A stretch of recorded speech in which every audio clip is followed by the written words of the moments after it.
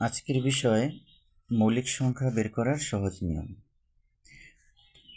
তার আগে একটা বিষয়ে আমি বলছি, আলোচনা করে নিচ্ছি। আমরা জানি ন্যাচারাল নাম্বার অর্থাৎ এই স্বাভাবিক সংখ্যা বলতে কী বোঝায়, মানে 1 থেকে শুরু করে তারপরে এগুলো আর কি 1 2 3 4 5 এরকম চলতে থাকবে, এর কোনো শেষ নেই।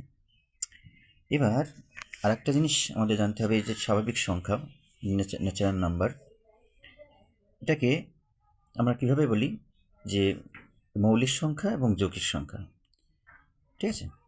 এছাড়া এর মধ্যবর্তী আর একটা কিছু আছে, সেটা কি? তাহলে সেটা হচ্ছে মৌলিকও নয় আবার যৌগিকও নয়, ঠিক আছে? তাহলে আমি উদাহরণটাই লিখলাম এখানে, সেই মৌলিক এবং যৌগিক নয় কোনটা, সেটা হচ্ছে উদাহরণ হিসাবে বলতে পারি, উদাহরণ হচ্ছে 1। তাহলে এই যে 1, এটা মৌলিকও নয় আবার যৌগিকও নয়। 1-এর পরের থেকে অর্থাৎ 2 থেকে শুরু করে যত স্বাভাবিক সংখ্যা আছে তার মধ্যে মৌলিক এবং যৌগিক হবে। এবার আজকের যেটা আলোচ্য বিষয় সেটা আমি বলছি যে এই মৌলিক সংখ্যা বের করার সহজ উপায় কি।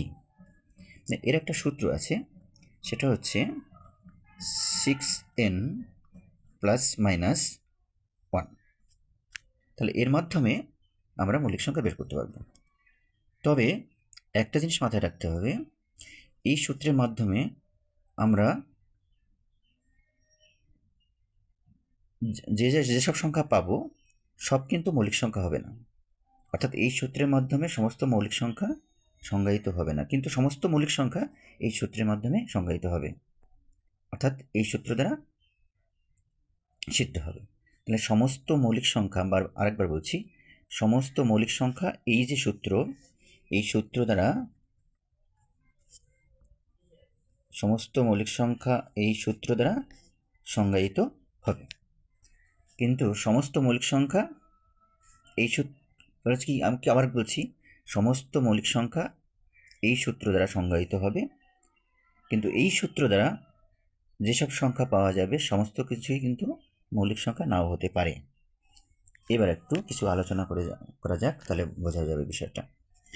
তো তার আগে একটা কথা বলে নেব, এই যে 2 এবং 3, এই যে দুটো মৌলিক সংখ্যা, এটা কিন্তু এই সূত্রের মাধ্যমে আসবে না। তাহলে এখানে আর একটা জিনিস দেখতে হবে, বিশেষ দ্রষ্টব্য কি, 5 এবং 7, এই যে দুটো সংখ্যা আছে, এই দুটো সংখ্যা দ্বারা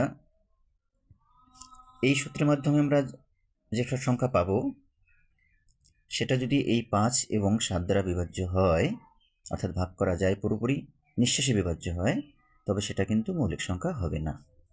ওকে, তাহলে উদাহরণ দেওয়া যাক। আমি আগেই বলেছি 2 এবং 3 মৌলিক সংখ্যা, 5 মৌলিক সংখ্যা, এই যে 2 এবং 3 এই সূত্রের মাধ্যমে আসবে না, ঠিক আছে? এবার একটু দেখা যাক উদাহরণ দিয়ে। এটার মান যদি, এই n এর মান যদি 1 ধরি, তাহলে কি হচ্ছে, n এর মান যদি 1 ধরি, তাহলে 6 × 1 + 1 কি হচ্ছে, সমান হচ্ছে 6 × 6 = 7। তারপরে আবার এই যে প্লাস মাইনাস আছে, 6 × 1 - 1 যদি ধরি, তাহলে কি আসবে, 5। তাহলে দেখুন পেয়ে যাচ্ছি 5 মৌলিক সংখ্যা, এর পরবর্তী সংখ্যা 7 মৌলিক সংখ্যা, ঠিক আছে? তাহলে এখানে কি পেলাম, 2 3 তো এমনি আমাদের লিখে রাখতে হবে, 2 3 এমনি এটা আলাদাভাবে লিখে রাখলাম। এবার 5 পেলাম আর 7 পেলাম, 5 7 লিখলাম, ঠিক আছে? এইবারে দেখি, এখানে যদি 2 ধরি তাহলে কি হচ্ছে, এই n এর মান যদি 2 ধরি তাহলে কত হচ্ছে, 6 × 2 = 12, 12 থেকে 1 বিয়োগ করলে পাচ্ছি কত, 11, ঠিক আছে? তাহলে প্রথমে 1 ধরা হয়েছিল, তাহলে এই দেখুন 7-এর পরে 8 9 10, এটা কিন্তু মৌলিক সংখ্যা হবে না, এটা যৌগিক সংখ্যা হবে, ঠিক আছে? তাহলে এখানে 1 ধরে করলাম কি, 5 এবং 7 পেলাম। এখানে 2 ধরে তাহলে 6 দুগুণে 12 আর 1 13, তাহলে আর পাচ্ছি 12 বিয়োগ 1 11, তাহলে কি পাচ্ছি 11 এবং 13।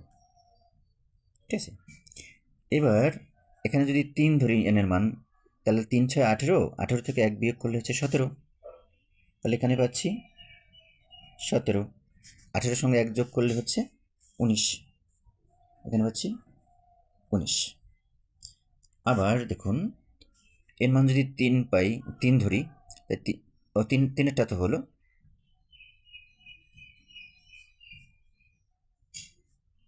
এখন 4টা ধরবো, তাহলে 4 ছক 24, 24 থেকে 1 বিয়োগ করলে হচ্ছে 23, তাহলে এখানে আমরা 23 লিখতে পারি।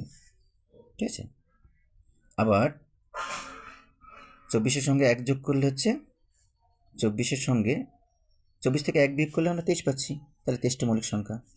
আবার 24-এর সঙ্গে 1 যোগ করলে 25 পাচ্ছি, তাহলে এই দেখুন 25টা কি, 25 কিন্তু 5 দ্বারা বিভাজ্য। আমরা 5 দ্বারা বিভাজ্যতার সূত্র হিসেবে জানি যে ইউনিট ডিজিট যদি 0 অথবা 5 হয় তাহলে 5 দ্বারা বিভাজ্য হবে, তাহলে এই 25 কিন্তু 5 দ্বারা বিভাজ্য, 5 5 25, তাহলে এটাকে আমরা মৌলিক সংখ্যার মধ্যে ধরবো না। তাহলে এটা হয়ে গেল। এবার আসবো, তাহলে 4 দিয়ে হলো, এবার 5 দিয়ে দেখি, 5 ছক 30, 30-এর থেকে 1 বিয়োগ করলে পাচ্ছি 29, এখানে লিখবো তাহলে 29, 30-এর সঙ্গে 1 যোগ করলে পাবো 31, তাহলে এখানে 31 পাচ্ছি। ওকে, এবার 5 দিয়ে হলো, এবার 6 দিয়ে দেখি, 6 ছক 36 থেকে 1 বিয়োগ করলে পাচ্ছি 35, 1 যোগ করলে পাচ্ছি 37, কিন্তু এটা দেখুন 35টা কিন্তু 5 দ্বারা বিভাজ্য, তাহলে এটা মৌলিক সংখ্যার মধ্যে ধরবো না। এবারে আসি 7 দিয়ে। একটু আগে কী করলাম আমরা, যে কোন পর্যন্ত করা হয়েছিল 7, মানে n এর মান 7 ধরা হয়েছিল, তাহলে 6 7 42 থেকে 1, মানে 42 থেকে 1 বিয়োগ করলে 41 পাচ্ছি, আর 42-এর সঙ্গে 1 যোগ করলে পাবো কত, 43। ওকে, এবার দেখুন 7 দিয়ে হলো, এবার 8 দিয়ে ধরি, 6টা 48, 48 থেকে 1 বিয়োগ করলে পাবো 47, তাহলে এখানে লিখবো 47,